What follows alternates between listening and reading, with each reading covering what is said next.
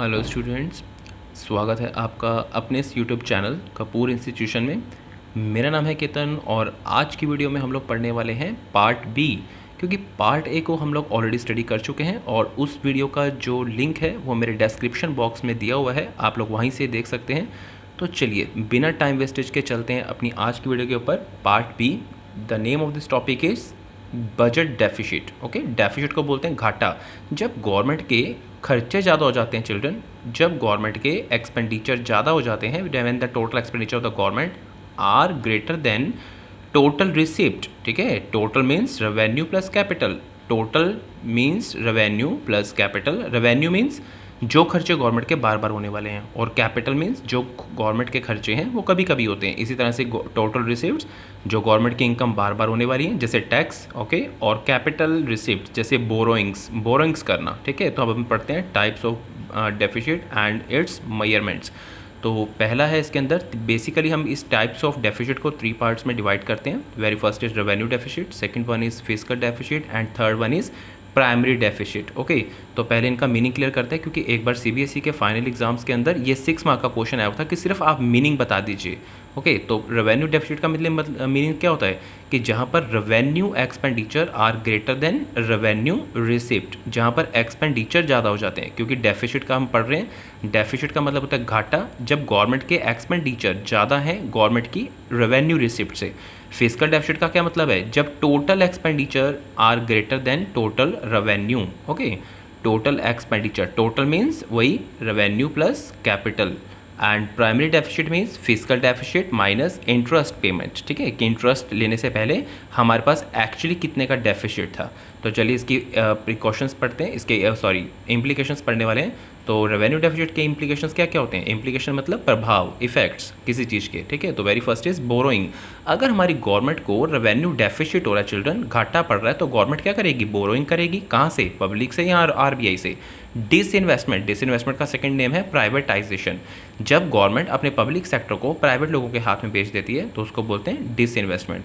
Cut in expenditure, government subsidies देना बंद कर देगी। और इंक्रीज इन टैक्स, ठीक है, टैक्स को इंक्रीज कर देगी, जिससे चीज़ें महंगी हो जाएंगी और गवर्नमेंट की अर्निंग ज़्यादा हो जाएगी।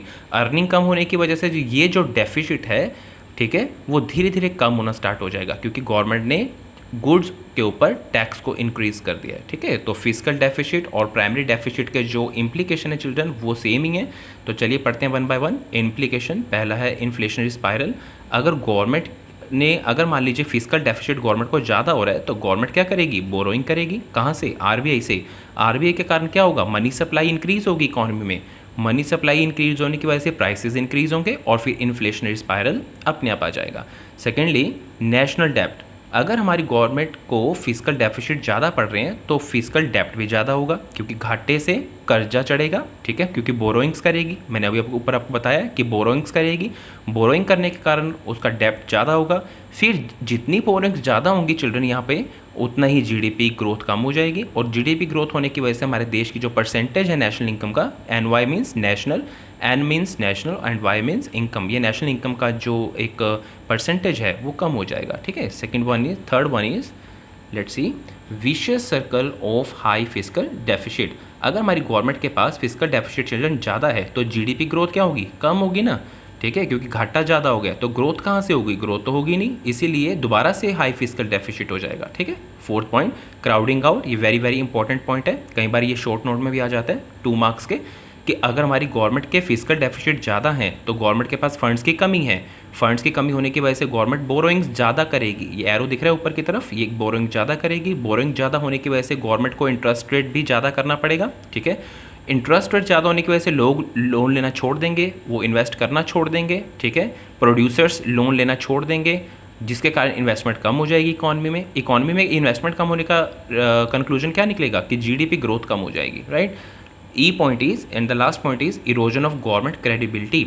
अगर हमारी गवर्नमेंट के पास फिस्कल डेफिसिट चिल्ड्रन ज़्यादा है तो उसके कारण क्या होगा, बोरोइंग ज़्यादा होगी, हमारी गवर्नमेंट बोरो करेगी, पैसा लोन पर लेगी, कहाँ से, इंटरनेशनल मनी मार्केट में से। ओके, जिसके कारण इंडिया की गवर्नमेंट की क्रेडिबिलिटी कम होती जाएगी। इंटरनेशनल मनी मार्केट में गवर्नमेंट की जो क्रेडिबिलिटी है, क्रेडिबिलिटी का मतलब जो गुडविल है वो कम होती जाएगी, और फॉरेनर्स क्या करेंगे, अपनी इन्वेस्टमेंट को इंडिया में से ख़त्म कर लेंगे, ठीक है, निकलवाना स्टार्ट कर देंगे इंडिया में से। जो उनकी जो जितनी भी इन्वेस्टमेंट्स हैं फॉरेनर्स की, वो सभी के सभी विड्रॉन करनी स्टार्ट कर देंगे, राइट। उसके बाद आगे चलते हैं children. Next one is plan expenditure and non plan expenditure क्या होते हैं, ठीक है। तो प्लान एक्सपेंडिचर का मतलब होता है it relate with the specific plan and program of the development. ये डेवलपमेंट के लिए प्लान एंड प्रोग्राम बनाए हुए हैं, और जिसके अंदर सेंट्रल गवर्नमेंट स्टेट गवर्नमेंट की हेल्प करती है। एग्जाम्पल क्या होते हैं, revenue expenditure and capital expenditure. और ये क्या होते हैं, ये मैंने आपको पार्ट ए की वीडियो में क्लियर किया हुआ है, ठीक है। तो नॉन प्लान एक्सपेंडिचर क्या होते हैं, ये नॉन प्लान एक्सपेंडिचर का मतलब होता है routine functioning of the government, जो गवर्नमेंट अपने रूटीन के अंदर खर्चा करती है, जैसे लॉ एंड ऑर्डर के ऊपर, सब्सिडीज़ के ऊपर, राइट। अब थर्ड क्वेश्चन पढ़ने जा रहे हैं कि बैलेंस्ड बजट क्या होता है। बजट भी कई तरह के होते हैं। Very first is balance budget. Balanced जहाँ पर गवर्नमेंट के रिसिप्ट ज़्यादा हैं, गवर्नमेंट के खर्चों से रिसिप्ट ज़्यादा है, इसका फ़ायदा क्या होगा कि गवर्नमेंट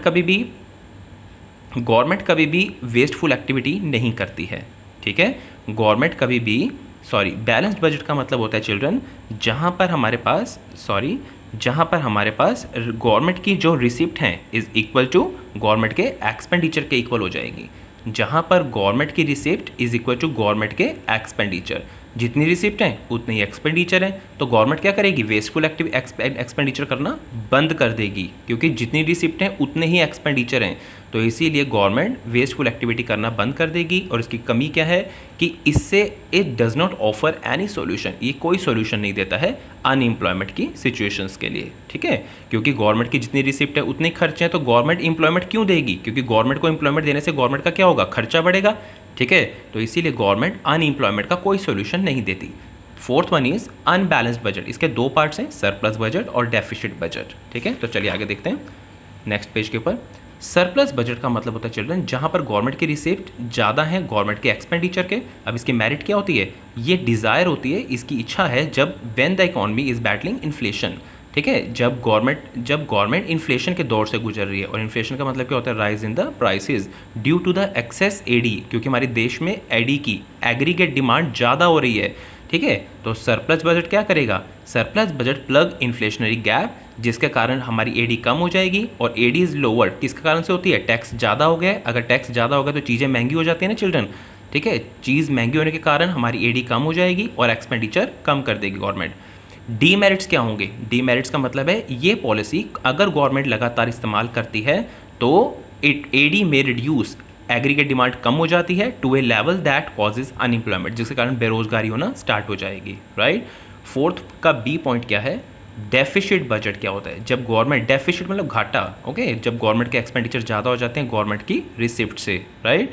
तो इसके फ़ायदे क्या हैं कि it is a instrument to correct the state of depression, ये मंदी के दौरान मंदी से निपटने के लिए एक बहुत अच्छा इंस्ट्रूमेंट है, ठीक है। और डीमेरिट क्या है कि अगर मान लीजिए it is not desire during inflation, ये इन्फ्लेशन के पीरियड में नहीं चलता है, इसके कारण क्या होते हैं चिल्ड्रन, एडी ज़्यादा हो जाती है एएस से, एग्रीगेट डिमांड ज़्यादा हो जाती है एग्रीगेट सप्लाई से, जिसके कारण इन्फ्लेशनरी गैप ज़्यादा हो जाएगा। इन्फ्लेशनरी गैप ज़्यादा होने की वजह से वेज स्पायरल होगा। वेज स्पायरल का क्या मतलब होता है कि अगर वेजेस बढ़ेंगी तो प्राइसेस बढ़ेंगे, और प्राइसेस बढ़ेंगे तो फिर से वेजेस बढ़ेगी, वेजेस बढ़ेंगे तो फिर प्राइसेस बढ़ेंगे, प्राइसेस बढ़ेंगे तो फिर वेजेस बढ़ेगी, जिसको बोलते हैं वेज स्पायरल। वेज स्पायरल हो जाएगा, इसका डीमेरिट है, ये बहुत बड़ी कमी है, ठीक है। तो अभी तक हमने पढ़ा कि कितने तरह के बजट होते हैं, यही हमारा चैप्टर था यूनिट 1 का, टर्म 1 का, सॉरी, ओके।